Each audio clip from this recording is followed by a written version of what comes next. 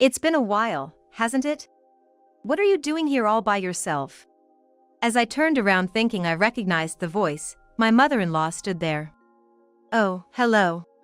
You still haven't had a child? So, you are a defective wife that can't even show me a grandchild. And what's with not showing your face? How cheeky you are. I had lived peacefully for 8 years without seeing my mother-in-law. I wish I could not see her from now on. While thinking about such a thing, I made my stance clear to her. Well, my child is right over there. My name is Mirabelle. I'm a 44-year-old housewife. After graduating from college, I started working as a preschool teacher, spending my days immersed in work. The daycare was a place where lives were entrusted to us, so it carried a lot of responsibility and was tough, but the children's innocent smiles were incredibly healing. During these days filled with passion for my work, my friend introduced me to who would later become my husband, John. He was 25 at the time and worked hard as an elementary school teacher. Apparently, there are few opportunities for romantic encounters as teachers, and since he had been focused on studying to become a teacher during his student days, he doesn't have much experience with romance. Our meeting came about when he sought relationship advice from a friend. As educators who both worked with children, we had a lot in common and hit it off from the first time we met. We were supposed to meet with my friend and John at a cafe, but he got held up at work and was running late, my friend informed me. While waiting at the cafe with my friend, a man suddenly rushed in, breathless. "I'm so sorry, I'm late." "No problem at all. It's work, after all, can't be helped." Well. His reason for being late was that he got caught up talking about novels with the students. He was so engrossed in the conversation. Hearing this, I couldn't help but laugh. And at the same time, I thought he was a teacher who really cares about his students. I was drawn to him in an instant. Anyone who forgets an appointment in favor of valuing conversations with students must be a person with a beautiful heart. I'm sorry for laughing so much when we've just met. But it's a wonderful reason to be a teacher. No. It's me who should apologize for being late. And by an hour, no less. Please, don't mind about it. I was just sitting here, enjoying my coffee, and wanted to get to know you better. Really? Yes. Once I saw your smile, all my nervousness just flew away. That's good to hear. But I'm still a bit nervous. I didn't expect to be introduced to such an attractive woman. Really? John said, a bit embarrassed. I didn't expect him to say something like that. I'm 36, but you look quite young, John. I'm currently 29. You're young. That's a 7-year difference. No, the age gap doesn't matter. What matters is if we can respect each other. Even if we were closer in age, it wouldn't mean anything if that respect wasn't there. He really speaks his mind clearly. True to being a teacher, he knew how to make his point. But his thoughtfulness and consideration were evident, giving me the impression that he was a person of solid character. I found myself increasingly drawn to him, and we both wanted to meet up, just the two of us. He seemed interested in me as well, and we exchanged contact information and started dating. As we met up a few times, it became clear that John was passionate about his work, caring towards others, and, above all, a person who was trusted and respected by his students. John seemed to think highly of me too. Feeling that I would regret it if I didn't express my feelings, despite having met just before, I suggested we start dating with marriage in mind. He accepted, saying he had wanted to ask me out himself, and so we became a couple. About a year into our relationship, he proposed to me. Please let me say the words. Will you spend the rest of your future with me? With that, John handed me a ring. My heart had already decided. I believe I can have a happy marriage with you, John.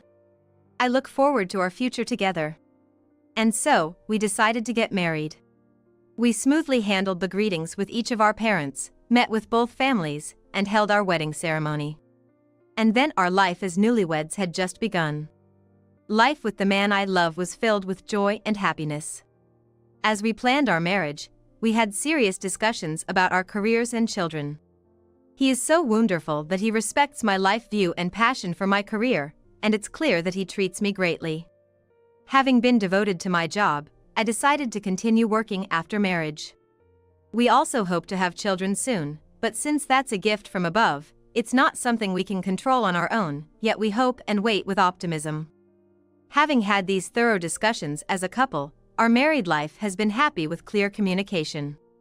Little did we know that dark clouds were looming over our peaceful life. At that time, we had no idea. I'm gonna head out to the bookstore.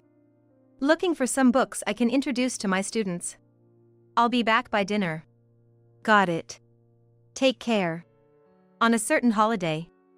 After seeing John off, I was taking a breather in the living room when the doorbell rang. Hello, Mirabelle. Oh. Hello. What brings you here today? Where's John? John just stepped out. Oh, I see. My mother-in-law momentarily showed a look of disappointment but quickly turned to me and started this conversation.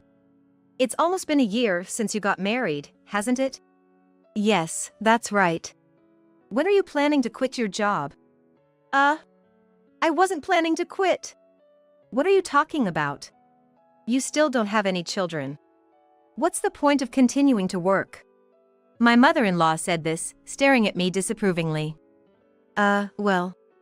I was taken aback by such a sudden statement. You're already 36, you know? The age you can have children is limited. It seemed my mother-in-law was eager to press me about having grandchildren. But since childbirth isn't something that can be decided by will alone, I decided to be honest. Of course, I've talked about this with John, and we would love to have children if possible. But it's a blessing. If I get pregnant, I'll let you know right away. When I responded that way, she couldn't hide her impatience and pressed on, this is no time to be laid back. You can't just say someday. I was taken aback by her words and attitude, as she had seemed so calm when we met before we were married. I'm sorry, but this isn't a problem just about me. As I tried to apologize and explain, she got even angrier and barged into the house saying, so what? Is it John's fault?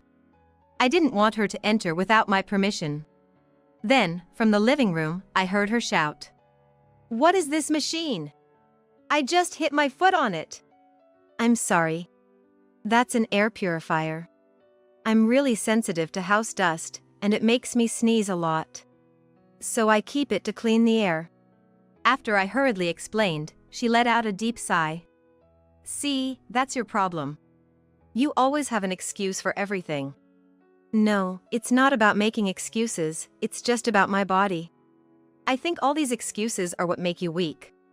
If you want fresh air, just open a window. Well, this apartment is on a busy street, so there's also the concern about exhaust fumes. That's exactly why you can't have kids, always worrying about things like that. My mother-in-law made everything about not being able to have children. And then, incredibly, she said this. You need to whip into shape. Come to my place next week. It's just me since my husband passed, so it won't be a bother. Make sure you come, all right? You know what will happen if you don't, right? It was just a threat. But, unable to dismiss it outright, I ended up visiting her house the next week. When she led me into the living room, a strange smell hit my nose. What's this smell? I asked and puzzled. Then she handed me a drink that looked like tea. If you drink this tea, it's supposed to help you get in good condition to conceive. So drink up. You're supposed to drink 4 cups a day. She said that, shoving a paper bag forcefully into my purse. What are you doing? Drink this tea at home too. It will help you get pregnant. I was dumbfounded by her presumptuous behavior. Later, when she took me out to the yard, I saw a mountain of laundry. What's with all this laundry? There seems to be a lot of children's clothes. These are from an acquaintance's kids. Touching and washing children's items can make it easier to conceive. It's also preparation for when you have kids, killing 2 birds with 1 stone. She said with a laugh, then brought out a large tub and a washboard. Remember, wash with passion. Then the baby will be happy to come to your womb. With that, she left me alone to go back to the living room. In other words, she was telling me to wash all of it. I was speechless, but if I didn't wash them, I risked more unreasonable demands or troubles. Reluctantly, I did as told and washed the children's clothes on the washboard before hanging them to dry. I've finished the laundry. Good. Then come over the day after tomorrow and do the laundry again, just like today. I have work the day after tomorrow. What? You can make time before or after work, can't you? If you really want children, you have to be willing to push yourself a bit. She kept pushing her demands on me. Or is it that you just don't have the determination? Feeling provoked, I decided to do as she said. After finishing my job at the daycare, I went straight to my mother-in-law's house and washed unknown children's laundry by hand in the dark. My hands were rough and chapped from washing in the chilly evening air. Mirabelle, what happened to your hands? John was surprised when he saw my hands. But I hesitated to tell the truth. It seemed like an outdated practice, but for John, she's an important family member, his mother. I carefully chose my words before speaking. Actually, your mom told me that washing children's clothes by hand makes it easier to conceive. So I've been going to her house every other day to do that. When I said that, John looked at me incredulously. Do you think that'll get us a child? I couldn't answer his question. And from my expression, John seemed to understand everything. I'll talk to Mom. You don't have to go anymore. Also, I'm gonna go to the doctor. Pregnancy isn't just a woman's issue, and there might be something on my end. Thank you. But don't push yourself too hard. What are you talking about? It's natural to do this much for Mirabelle. I almost cried at John's words. It's rare to find someone so supportive. But this certainly wouldn't satisfy his mother. Although John warned his mother and I no longer needed to go to her house. One day, a package from his mother arrived. Opening the cardboard box, I found old pregnancy and parenting books and a lengthy letter. The letter was filled with anger towards our actions. I felt bad emotions being treated this way. John, upon seeing it, openly showed his anger. After I said to stop, she's still doing this. He immediately called his mother. Mom is an important family member, but the most important person I should protect is my wife, Mirabelle. If interacting with Mom means hurting Mirabelle, then I need to rethink our relationship. Of course, I don't want to have regrets if something happens to Mom, so I won't cut ties. But we'll only keep minimal contact. That's all we need. John said this calmly yet firmly to his mother. After that, I no longer needed to interact with his mother. The pressure from her stopped, and we've been living peacefully. John prioritizes our life together, but he seems concerned about his mother living alone at home, and it appears he sends her a small amount of money every month. Regarding that, I have no right to complain. Thus, after some time without seeing my mother-in-law and living peaceful days, I found out I was pregnant. Tears of joy streamed down my face. Mirabelle, we did it! Thank you so much! Let's work hard together as parents from now on. Sharing the joy with my husband, we looked forward to our child's birth and spent happy days together. 8 years had passed. One day, I was leisurely enjoying a takeout coffee in the park. Then someone suddenly spoke to me from behind. It's been a while. What are you doing here all alone? Turning around, thinking I recognized the voice, there was my mother-in-law. Oh, hello! She looked at me with disdain and said, Haven't you had a child yet? So, you are still a defective wife that can't even show me a grandchild. Her arrogant attitude hadn't changed at all over the years, and her words soured the taste of the coffee I was enjoying. And what's with not showing your face? How cheeky you are. She continued to belittle me as usual, even making a snide comment about me drinking coffee in the park. Why don't you quit acting like an old lady and hurry up and have a child? Or just bravely leave John. I'll get him remarried to a younger woman and make sure he has children. I had lived peacefully for 8 years without seeing my mother-in-law. I wished I could continue not seeing her. Thinking this, I made my stance clear to her. Actually, our child is right over there. Upon hearing this, my mother-in-law showed a moment of surprise, but then burst into laughter. What are you talking about? I can't believe such a lie. Besides, you're much older than John, right? There's no way you could have a child at your age. Indeed, I am older than John, but I couldn't let her assumption that I couldn't have children go unchallenged. In reality, there are many couples with age differences who have children, even at an older age. I took a deep breath, trying to put my thoughts into words, but my mother-in-law cut me off by raising her finger and glaring at me. That's enough. I seriously want you to leave John. Even after 8 years of estrangement, it seems my mother-in-law really hasn't changed. At that moment, a child, looking worried, looked at us from a distance and then ran over. I felt terribly guilty for involving the child in such a situation. Mom, are you okay? Who is this old lady? The child asked me. The girl who ran up to me is Sarah, my and John's daughter. I hesitated whether to tell Sarah the truth. The mother-in-law is her grandmother, and I wasn't sure if it was right to keep away from her because of my personal feelings. However, my mother-in-law believed that we really had a child when she saw Sarah calling me mom and approaching. She looked at Sarah with moved eyes. Then Sarah also stared at the mother-in-law.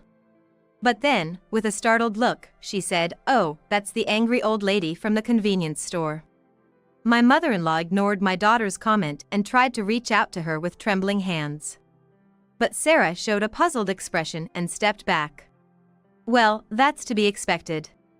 For my daughter, a strange old woman was suddenly trying to touch her. I took my daughter's hand, protecting her from my mother-in-law, and asked her, "Sarah, do you always see this person at the convenience store?" "Yeah, I often buy snacks and juice there with my friends on the way to tennis club, and she's always yelling at the cashiers." My mother-in-law's face turned pale at my daughter's words. "Is that true?" "I don't know. It must be someone else." "It's not someone else. It's her. She's always shouting at the staff." I looked at my mother-in-law skeptically. She awkwardly averted her gaze. Surely, what my daughter said was true. Then, my husband arrived at the park. Sorry. I found an interesting novel at the bookstore and got delayed." "Wait, Mom? John, you had a grandchild and why didn't you tell me?" My mother-in-law confronted him upon seeing him.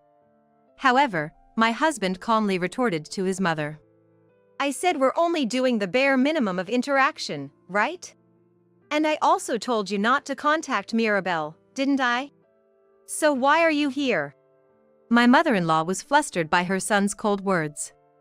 "I just happened to see her in the park. But keeping the child a secret is terrible, isn't it? You knew how much I wanted a grandchild." "I haven't forgiven you for deeply hurting Mirabelle. You're important as a mother, but I don't want you involved in my family. I've drawn a line there." My mother-in-law's face turned pale at my husband's words. I felt truly lovely to my husband who stood up for me like that. Then I got back to the topic. "About the incident that you're always yelling at the convenience store cashiers. It might cause trouble for my family, and it's just sad for the staff, so could you please stop?" What's this about?" John also joined the conversation with a stern look. As I explained the situation, John's expression turned grim. "Mom, what are you doing? I'm embarrassed to have a mother who behaves like that. It's different. The staff at that convenience store just don't have proper training." "I can't believe what you're saying, Mom. We're going to the convenience store right now, and you're going to apologize." But..." My husband said this and forcibly took his mother to the convenience store. It's too much trouble for the shop with a large group, so my daughter and I stayed in the park. And after a few minutes, my husband returned with his mother. It was the worst. Mom was demanding a refund, claiming she was sold a defective product. "Is that true?" My mother-in-law looked down in shame and embarrassment. Are you having financial troubles?" When I asked her that, she suddenly looked up and began to cry desperately. "That's right. I can't make it on my own. John, Mirabelle, please lend me some money." Both my husband and I were surprised by my mother-in-law's sudden attitude. Wait a minute, Mom. Haven't I been sending about $600 a month? That should cover food expenses if you're living alone. That kind of money isn't enough for living. I need at least $2,000 a month in support. No way, that's unreasonable. Then I remembered something. I recalled that my mother-in-law's house was filled with expensive brand items. You had a lot of brand items, didn't you? Are you still buying those things, even going into debt for them? My mother-in-law flinched at my words. Her reaction was incredibly telling. I see. You could buy those with Dad's inheritance before, but now you've run out and are in debt. That changes things. As a son, I'll continue to send $600 a month as support. But I won't help with the debt repayment. You'll have to cover that from your pension or by working. And please stop causing scenes at the convenience store. If you do it again, I've told the store manager they can call the police.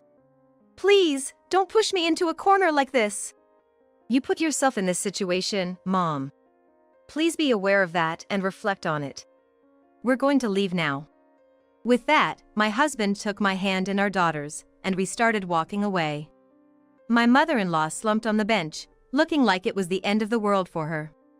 After that, we no longer saw my mother-in-law. Being spoken to like that by her own son must have shocked her. Later, we heard that she sold her house to pay off her debts and now lives alone in a small apartment, quietly. I just hope she doesn't get into debt or trouble again. Meanwhile, my daughter, husband, and I are enjoying peaceful and happy days. We want to live happily as a family and create many more memories together. Thank you for watching until the end. If you liked it, please subscribe to the channel. See you in the next video.